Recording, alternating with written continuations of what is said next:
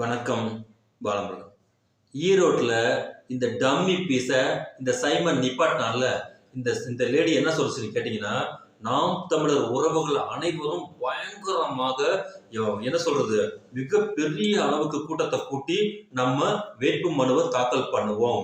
அப்பதான் இந்த திமுகவுக்கு நமக்கு மிகப்பெரிய நம்மளுடைய பலம் என்னங்கிறத அவங்களுக்கு காட்ட முடியும் அப்படின்னு ஒரு ஓலா வண்டியை ஒரு வீடியோவை போட்டு ஒப்பாரி வச்சுச்சு.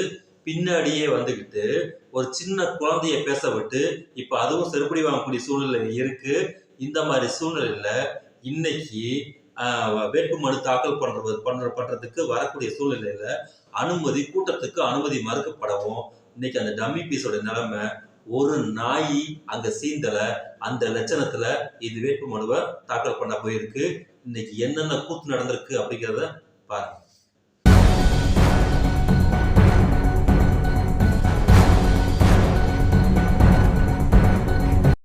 ஒரே ஒரு குறுக்கல் வரார் வழி விடுங்கோ. ஒரே ஒரு குறுக்கல் வரார் வழி விடுங்கோ.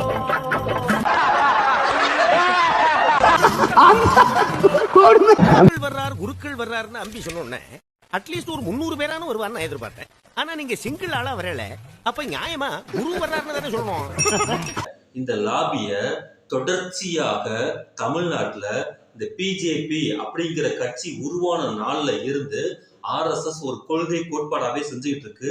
அதன் அடிப்படையில இங்க ஏகப்பட்ட ஆட்கள், அதாவது பார்ப்பன கும்பல்களே வந்துகிட்டு மிகப்பெரிய அளவிற்கு நேரடியாக களத்தில் இறங்கி வேலை செய்யும் போது இங்க எதுவுமே அவங்களுடைய வேலை எடுபடல அப்படின்னு சூழ்நிலை வரும்போது சரியான நம்ம வாய்ப்பை அந்த சூதை நாம் பயன்படுத்துவோம் அப்படிங்கிற சூழ்நிலையில இங்க தமிழன் அப்படின்னு இங்க பேசக்கூடிய ஆள் ஒரு கைகூலிய பிடிச்சு இவர்களுக்கு எதிராகவே நாம இவங்களை திசை திருப்பிடுவோம் அப்படின்னு சொல்லிட்டு இந்த இடத்துல இந்த இந்த நிலத்துக்கு கொஞ்சமும் சம்பந்தமே இல்லாத பிரபாகரன், ஈழ அரசியலின் முக்கியமான முகமாக இருக்கக்கூடிய தமிழர்களின் அடையாளமாக இருக்கக்கூடிய பிரபாகரன் அப்படிங்கிற ஒரு விஷயத்தை கையில எடுத்துக்கிட்டு அதை எந்த அளவுக்கு நீ கொச்சைப்படுத்த முடியுமோ கொச்சைப்படுத்திக்கோ, உனக்கு பின்புலம் நாங்க பலமாக இருக்கிறோம், உனக்கு தேவையான பைசா வசூல நாங்க கொடுத்துறோம் சொல்லிட்டு உனக்கு கொடுத்திருக்கக்கூடிய அஜெண்டா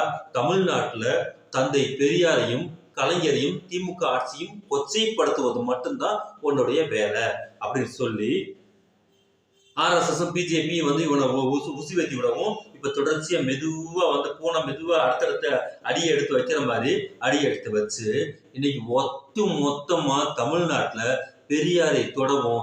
இவன் சொல்லுவாங்க ஒவ்வொரு மீட்டிங்லயும் உனக்கு பச்சை மட்டை வைத்தியம் இருக்கு பாத்துக்கோன்னு சொல்லி அந்த பச்சை மட்டை வைத்தியத்துல உனக்கு நல்லா சாத்துன்னு கலட்டிக்கிட்டு சாத்துவோம்னு சொல்லி இங்க அனைவரும் அமைதியாக சமாதானமாக வன்முறை அற்று ஜனநாயக வழியில காந்தியத்தின் வழியில சிந்திச்சுட்டு இருக்கக்கூடிய அத்தனை பெரியாரிஸ்டுகளையும் சமூக நீதி சிந்தனையாளர்களையும் நடுநிலைமையாளர்களையுமே இவன் என்ன பண்ணி விட்டான்னு கேட்டீங்கன்னா, வெறியேற்றக்கூடிய அளவிற்கு உணர்ச்சியை தூண்டக்கூடிய அளவிற்கான பேச்ச பெரியாரை வந்துகிட்டு அவதூறு வார்த்தை பேசுவதன் விளைவாக இன்னைக்கு 5 நாளா பங்கர்ல போய் ஒளிஞ்சுக்கிட்டான்.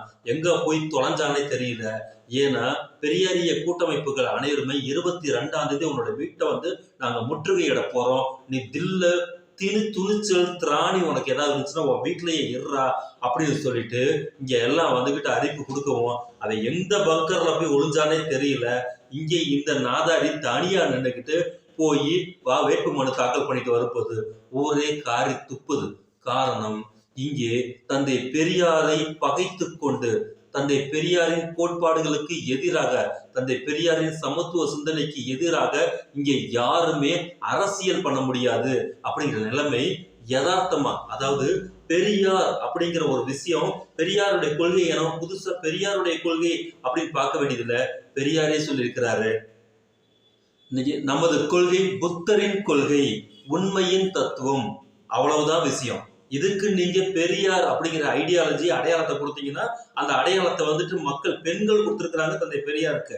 அதனால இது உண்மையின் தத்துவத்துக்கு எதிராக நீங்கள் எதை வேண்டுமானாலும் கொண்டுட்டு வந்தா உங்களுக்கு கலட்டிட்டு தான் சாத்துவோம் அப்படிங்கிறதுக்கான அறிவிப்பு தான் இன்னைக்கு இந்த லேடி வேட்புமனு தாக்கல் பண்ண போகும்போது ஒரு நாயும் சீந்தாம அந்த சைமனே இந்த லேடியை கழட்டி விட்டு நடு தெருவுல நிப்பாட்டி இன்னைக்கு அது சிரிச்சு போய் நின்னதுதான் முக்கியமான விஷயம்.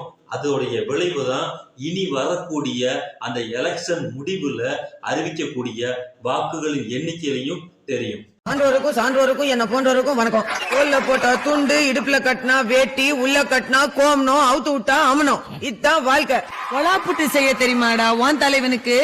அரிசி மாவை எட்டு காய வச்சு கொழாயில போட்டு புட்டாக்கி வேக வச்சு குப்பண்ணியத்தா சும்மா கும்மனி இருக்கும். கொலா புட்டே செய்ய தெரியாத வான் தலைவன் எப்படிடா மக்களுக்கு கொலா போட்டு தண்ணி விடுவான்? அடி கொம்மால எவன்டாதே பாகில இருக்கிற ராக்கெட் எடுத்து ஜாகில விடுதே.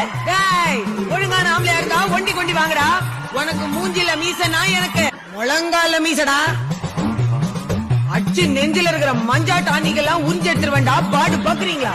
அண்ணன் ஆட்டு தொட்டி ஆண்ட எந்தெந்த வீட்டு கதவை ராத்திரியில தட்டுறான் தெரியுமா? ஆரம்பிக்கலாம்.